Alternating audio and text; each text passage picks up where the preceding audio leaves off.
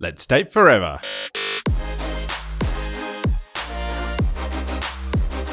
Here's your weekly dose of relationship fuel with Sammi and Nathan Jaeger. Hello and welcome to Date Forever. In this week's episode, we're going to be doing a little bit of a 2023 wrapped kind of episode where we run through the 8 fuel tanks of our life and what was fueling us up in 2023, what we struggled with, and what we're focusing on for 2024. But before we get into it, Happy New Year! Happy 2024. Thank you for spending 2023 with us. We hope that you've had, even if it was just a couple of days off, we hope you've rested, recharged over the holiday period, and are firing all fuel tanks into 2024. So like Nath said, we're going to dive into the 8 fuel tanks of a fueled up life, which is a common topic here on Date Forever. So we're going to just go through and talk a little bit about what we did to take care of each of our 8 different fuel tanks in 2023, what we struggled with, and what we're focusing on in 2024 to keep those fuel tanks fueled up. So, Quick little recap of the 8 tanks. Now let's just dive straight in. Why not? So the first tank is self-tank. So both Nath and I believe that our relationship with ourselves sets the tone for every other relationship that we have, including our marriage. So it starts with us. So we may as well start with us. Yeah. Nath, what fueled you up the most, your relationship with yourself most in 2023? I think the thing that fueled me up the most was the footy season that I completed. I think it served me in multiple different ways. Like, there's a bit of social connection. It kept me fit and kind of healthy over the winter period. But I think why this kind of fueled me up quite a lot was that it was something that I struggled with early in the year. I got injured very early in pre-season and kind of didn't have a pre-season. So it could have been one of those things that I very easily kind of threw in the towel and didn't commit to. But I missed the first couple of games and then managed to continue through for the rest of the season. So I was really proud of that one. And what are you focusing on in 2024? So I've kind of got 2 main areas that I'm focusing on in 2024. First one is building my friendship network, kind of in and around Coogee specifically. And then also having some specific goals to help me support and nurture my relationship with my body. So one of the things that I'm planning to do is a bike race this year. So having a training goal and things like that will help me to support my body. So Sammi, what did you do in 2023 to fuel up your self-tank? One of the things that worked really, really well for me in 2023 was my commitment to my hot girl walks. So I did 5Ks almost every day, and I averaged 13,000 daily steps average over the year. And most of that I did on the beautiful ocean coast. The other thing that really fueled up my relationship with myself in 2023 was that there was a few times throughout the year where I was struggling with something, whether or not it was like a relationship or a strategy or a professional challenge. And I went and sought coaching. So I had quite a few like one-off sort of power coaching type sessions to help me kind of move through those things faster. And that really I feel like it just accelerated my resilience around a few of those things. So that's something that I want to continue to make a priority, is that when I run up against something that I'm struggling with and I need external help, that I don't delay that and I just do it. Just get the help, find the person who can help me and get their help. The thing that I probably struggled with is that I have historically read about 2 books a month, every month for the last 5 years, maybe even longer. And this year, I think I only read 12, maybe half as much. And I'm not entirely sure why that was. I think I probably listened to more podcasts this year than I did spend time reading. But I think that maybe there was less new ideas or less self-reflection or less. Yeah, so I think that's something I want to probably get back on track in 2024. But the other thing that I think will help me the most in my relationship with myself this year is to improve my sleep hygiene, my sleep rituals, the quantity of sleep, the quality of sleep. There's been quite a few guest experts who have just stressed how important this is, and it's just something that I've really struggled with. So I'm going to make that a priority. And then I think off the back of that, having much more nourishing, evening switch off routines, and then starting my day as well. So then moving on to our next tank, which was our romantic relationship tank. I think the thing in 2023 that really worked for us well was having our 2x2x2 date format. So that was really committing to our 24 dates for the year, and then every 2 months having a mini break. What we probably struggled with was the big holiday, or the 2 holidays that we normally do. They were more so mini breaks than kind of the big holidays that we've done in the past. Yeah, so if you haven't heard us talk about the 2x2x2 date night practice that Nathan and I have in our relationship, every 2 weeks we go on a date, every 2 months we try and have a night or 2 away, and we try and take 2 holidays a year. So 2x2x2. So what did we then struggle with? Well, other than not taking proper holidays, we had Andrew Myok on the show in 2023, who is a sex coach, intimacy coach, and we enrolled in his Sexual Quantum Leap online program, and we have not prioritized that. No, we haven't. We really struggled to make time for that. And I think in 2024, that's going to be a real focus, is for us to learn a little bit more about intimacy and pleasure and desire and our bodies. Yeah, and each other. So tank number 3, relationships and network. So this is with our friends, our family, our peers, our colleagues, our stakeholders, because we know that if we want to go far, we want to go with others. So I think what fueled up this tank last year was prioritizing girls and guys weekends individually. So I had a really nice weekend where one of my mates came over from Perth and we kind of did all the guys thing. We went to all-you-can-eat Brazilian barbecue one night. And then we went to a couple of gigs that weekend as well, which was really amazing. Yeah, and I got to do the same. I had a couple of girls' weekends and I was in a bridal party in 2023. So I had a fun hens weekend on top of my girls' weekends. But yeah, I think that really worked for us. Whereas I think something that we struggled with was making new connections. And we also, we live in Sydney, New South Wales, and a lot of our friends and family live in Adelaide, South Australia. And we only made a couple of trips to SA, and they were all really close together. So I think that kind of made our year a little bit lumpy with some of our long distance relationships too. So I think we struggled a little bit with that. Yeah, nurturing those. Yeah, and we've got grandparents who are getting older, and sometimes 6 months between visits feels like a really long time. Yeah, it does. So I think our focus for 2024 is really going to be around nurturing and expanding our network of local friends. I think this is something that we've wanted to work on last year and didn't really prioritize. So we're really keen to make a big dent on that this year. Yeah, I want to get more involved in some of our local community groups too, to sort of connect with people who live nearby. So tank number 4 then is our humming household. So the thing that fueled us up in 2023 was really implementing a reminder system for our to-do list. This was such a big thing for us. We used to have a system that worked really well for us, and then the app became obsolete and was no longer supported by Apple. And it had taken us so long to try and work out another system that was actually working well for us. And for a while we had the real tactile on our bathroom wall to-do list every week. Yeah, we did. And that worked well enough for a while. And then we moved. Yeah.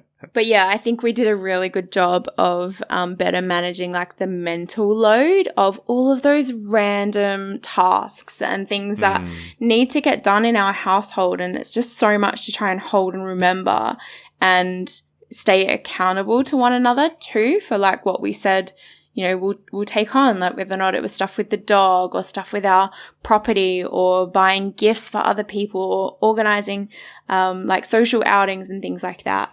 There was just so much. So I think we've really found a simple, easy system that's going to work for us. We've been doing it for a couple of months now. Yeah, so each week we just open up the app, look at the to-dos, what we did get done, what we didn't get done, and then add anything that needs to get done. I think it's helped us be a bit more focused as well around what we want to achieve each week. I think often we can make a massive big to-do list and bite off way more than what we can actually chew, but I think this has really helped us to work out what our priorities are for the week. and stop things falling through the gaps.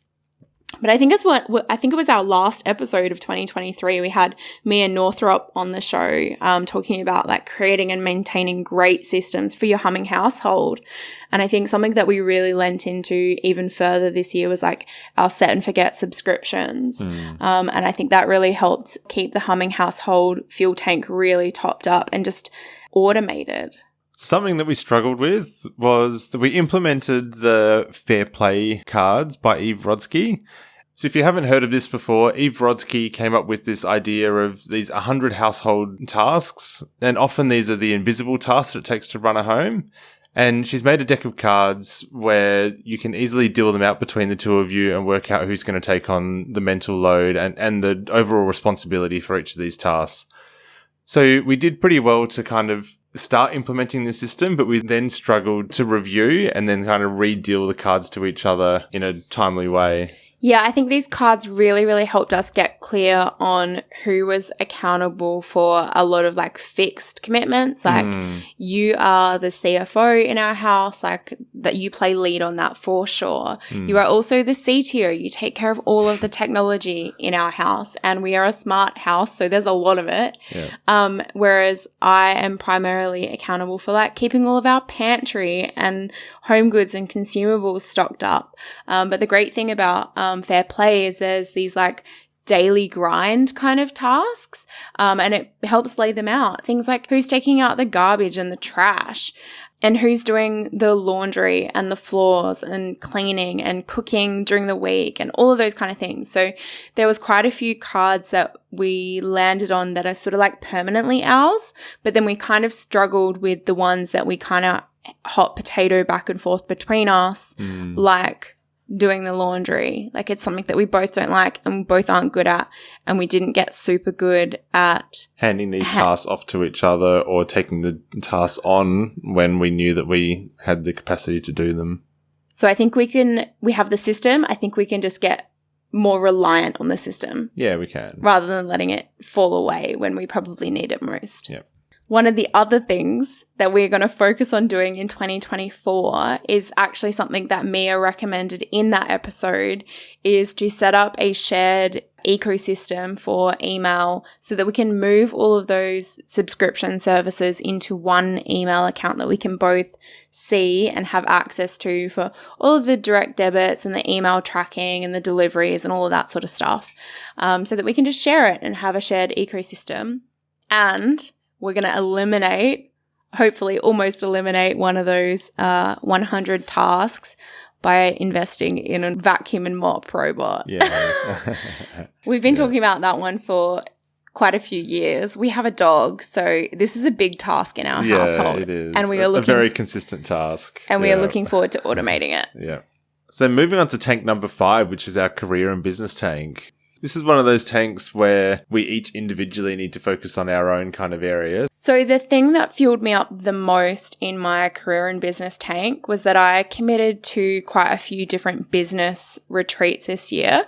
So I did one in Port Douglas with Her Empire Builder, another one in Hobart dedicated to building and growing my speaking business, and then another one right at the end of the year to do some annual planning and to get really clear about what I want to do and achieve in my business and also career. So I should say businesses, plural.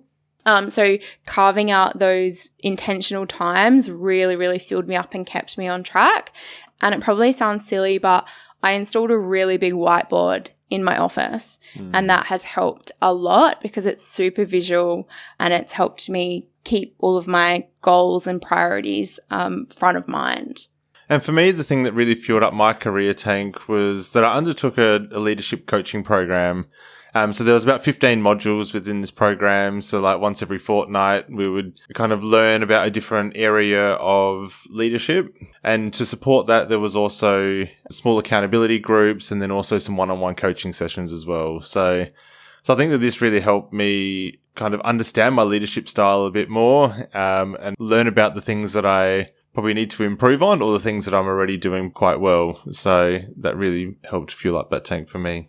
So I think the thing that I struggled with in this tank was that I like I said, I work for myself. I do some freelance. I have a couple of different businesses. So there were times in the year where I was really past capacity, where there was lots of projects on, lots of competing priorities. So it was kind of like a bit of a roller coaster at times, and it wasn't super consistent and predictable the way that Nate's like full-time 9 to 5 gig is. So sometimes that had some additional challenges, but it's kind of the flip side of the same coin to have the flexibility of working for myself too. So, but then that also comes with some variable income as well, which has some different challenges. So my 2024 focus is, you've probably all heard me say this, but I really want to write and publish my book, The Fueled Up Life, or that's the working title at the moment, and also do a lot more speaking and guesting on other people's podcasts. So that's a real career and business priority for me. Yeah, and my 2024 focus is the thing that I struggled with in 2023, and that was really prioritizing time to get my chartered engineering status. So that was one of my goals for 2023, and I didn't achieve it, but I'm well down the pathway now and going to do it in 2024. Okay, tank number 6, our wealth and lifestyle. What do you feel like we did well in 2023, Nath? I think what fueled up this tank was really a lot of our discussions around wealth and sort of longer term wealth building. So we set a pretty kind of ambitious savings goal, and we managed to achieve that with a couple of days to spare. Because we decided not to go on the holidays. Yeah, that's it. Yeah. But I think they were the kind of bigger conversations that we were having, especially this last year, around what are our long-term wealth building goals and strategies, and what are some of the sacrifices that we are going to make in the short term, or maybe not sacrifices, but decisions that we're going to make in the short term to help set us up for the future. Yeah, the other thing that we did around this wealth and lifestyle tank was that we did Mel Brown's My Financial Adulting program. So we had, I think it was like 2.5 months where every week we would actively carve out time to watch all of the content and do the learning, but then also attend the live call and ask questions and get feedback. And Nath did a lot of work in his favorite application, Google Sheets, or Excel. Excel, yeah. Yeah, but I think that added a lot of fuel to the tank in 2023. Yeah. And I guess a little bit more on the lifestyle front, one of the things that added fuel was both of us committing to do a triathlon race together. So this was my first ever triathlon and Sammy's second ever triathlon. But I think why this kind of fits into this lifestyle tank is that we both do love being outside. We both enjoy running and using our bodies and cycling as well. And so having this goal together really helped us to kind of prioritize getting out and doing some of those activities that we really love. Yeah, and it's a lifestyle when you're training for 3 different sports at the same time together. So yeah, that definitely fueled me up this year too. I think we kind of already said, like, from the lifestyle thing, we struggled to take a holiday. We took a few little like mini breaks, but not a proper unplugged kind of holiday. Yeah. So that is a focus area for 2024, and it is on the calendar. It is. It went on there first. So the next tank, which is tank number 7, is the world. So this tank is all about contribution outside of yourself, contributing to something bigger than yourself, contributing to your community or the country or a purpose or a cause that you really care about, and making sure that you're using your special gifts or talents or unique abilities to do that. So for us, one of the ways that we do that, and one of the ways that we did do that in 2023 was using our special abilities of podcasting. And every episode we would ask our guest what was most important to them in context of the United Nations 17 global goals, and we would make a contribution to a project or a cause aligned with the goal that was most meaningful to that guest. So that's something that we did for the world in 2023. It's something that we will continue to do in 2024, but we did struggle to educate ourselves around those 17 global goals. So we set ourselves a goal, what was it? I think it was 2022, to do some more education around what each of those 17 sustainable development goals actually mean. We got a little way through those and they kind of got deprioritized or fell to the wayside. And we still struggled to focus time to actively educate ourselves around what each of those goals mean. And how far we are through achieving them. Like the UN has set the target for 2030, and it'd be really great to have a better understanding about what are all of the sub-targets. Like when we say no poverty, how are we really measuring that and how far are we to achieving it? So yeah, we struggled a little bit with that, and I think that's a focus area for 2024 to just be more literate and have a better understanding of the problems that are facing the world, and also to give and create more impact to the projects and causes that we contribute to in 2024. We give a percentage of our revenue and income every year to various causes and projects. So when we say give more, that also means we want to earn more. And then the final tank number 8, is all about the future. So what we did to fuel this tank up last year was we read an amazing book called Die with Zero. So Die with Zero really presented some interesting arguments towards rethinking how a lot of people do their personal finances and their life as well, and how we can best kind of maximize the money and, more importantly, the time that we have on this planet. And obviously, you're listening to the Date Forever podcast, where we talk so much about living a designed and intentional and beautifully fueled up life. So this book really resonated with both Nath and I about living really purposefully and intentionally, and making sure that you're not spending years and years of your life building a nest egg that you won't ever need or use, and how you can really make the most of your money to have beautiful experiences and maximize your fulfillment out of your life. So reading this book together, we did it on a couple of little mini road trips. Anytime we were in the car together for extended periods, and it sparked a lot of conversations about our intentional fueled up life, and a lot of that was centered around what is it that we're imagining for the future? So I think a lot of our future conversations in 2023 were kind of long-term future. So we kind of mentioned in Wealth and Lifestyle, we're talking about our long-term wealth building strategy and things like that.